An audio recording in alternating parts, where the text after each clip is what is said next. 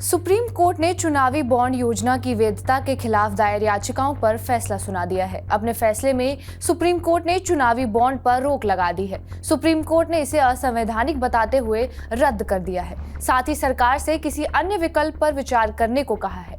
Supreme court ने electoral bond योजना की आलोचना करते हुए कहा कि राजनीतिक पार्टियों को हो रही फंडिंग की जानकारी मिलना बेहद जरूरी है। इलेक्टोरल बॉन्ड सूचना के अधिकार का उल्लंघन है। सुप्रीम कोर्ट ने पिछले ही साल 31 अक्टूबर से 2 नवंबर के बीच तमाम कानूनी और संवैधानिक पहलुओं पर विस्तार से सुनवाई की। ये case association for democratic reforms and अन्य बनाम union of India cabinet secretary और अन्य के नाम से देश की सबसे बड़ी अदालत में सुना गया। Chief justice DY Chandrachud, justice Sanjeev Khanna, justice BR Gavai, justice JB Pardiwala और जस्टिस मनोज मिश्रा की 5 सदस्यीय पीठ ने इस मसले पर पिछले साल लगातार 3 दिन सुनवाई की थी और फिर फैसला सुरक्षित रख लिया।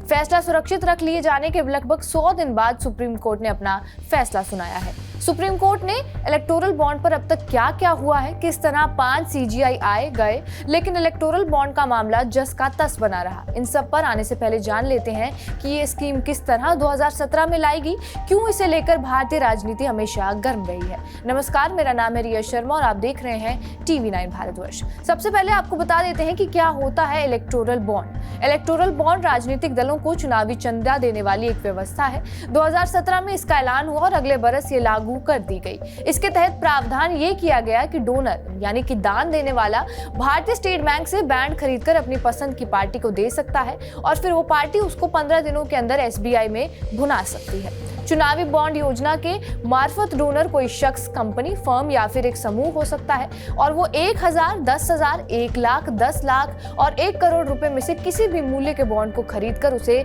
चंदे के तौर पर राजनीतिक दलों को दे सकता है। इस पूरी प्रक्रिया में दान देने वालों की पहचान गोपनीय रखने की बात थी, जिस पर पहले से ही विवाद खड़ा था। एक और दिलचस्प शर्त इस योजना में नत्थी कर दी गई थी कि जिस भी पार्टी ने लोकसभा या विधानसभा के पिछले चुनाव में डाले गए वोटों का कम से कम 1% हासिल किया हो, वही स्कीम के जरिए चंदा हासिल कर सकती है। यानी साफ था, नई नवेली पार्टियों को इसके जरिए चंदा नहीं मिल सकता था। देश के तत्कालीन वित्त मंत्री अरुण जेटली हुआ करते थे। वो इलेक्टोरल बॉन्ड स्कीम को फाइनेंस एक्ट के जरिए लेकर आए थे। चुनावी बॉन्ड की इस व्यवस्था के लिए भारत सरकार ने RBI कानून, इनकम टैक्स कानून, रिप्रेजेंटेशन ऑफ पीपल एक्ट जैसे कुल करीब 5 कानूनों में संशोधन किए। इसे कुछ हलकों में मनमाना फैसला भी कहा गया था।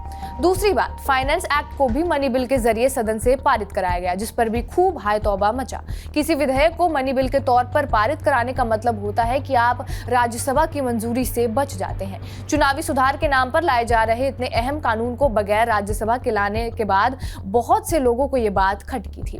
चुनावी पारदर्शिता को लेकर काम करने वाली NGO association for democratic reforms ने सितंबर 2017 में देश की सर्वोच्च अदालत में याचिका दायर कर इलेक्टोरल बॉन्ड से जुड़ी पारदर्शिता और दूसरी गंभीर चिंताओं पर सवाल खड़ा किया। भारतीय कम्युनिस्ट पार्टी समेत कई और याचिकाकर्ताओं ने भी स्कीम को कोर्ट में चुनौती दी थी। याचिकाओं में कहा गया कि इस कानून ने राजनीतिक दलों के लिए एक ऐसी फंडिंग के दरवाजे खोल दिए हैं जिसकी ना तो कोई सीमा है और ना ही उस पर कोई नियंत्रण। एक और बात कही गई कि इसके जरिए बड़े पूंजीपति सत्ताधारी दल को बेहिसाब गुप्त चंदा दे अपने मन अनुकूल नीतियां बनवा सकते हैं, जिसे क्विड प्रो को यानी चंदे के एवज में सियासत में पूंजीपतियों के दखल के तौर पर देखा गया।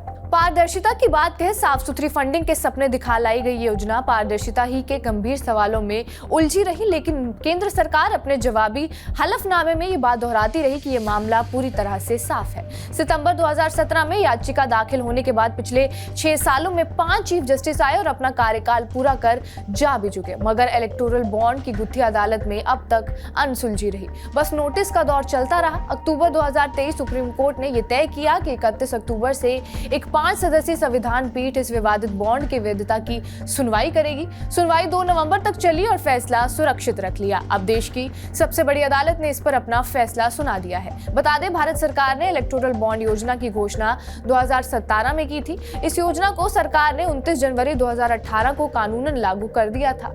योजना के तहत चुनावी बॉन्ड जनवरी, अप्रैल, जुलाई और अक्टूबर के महीने में 10 दिनों की अवधि के लिए खरीदे जा सकते थे। बहरहाल, आपका इस वीडियो पर क्या कुछ कहना है हमें कमेंट बॉक्स में जरूर बताएं।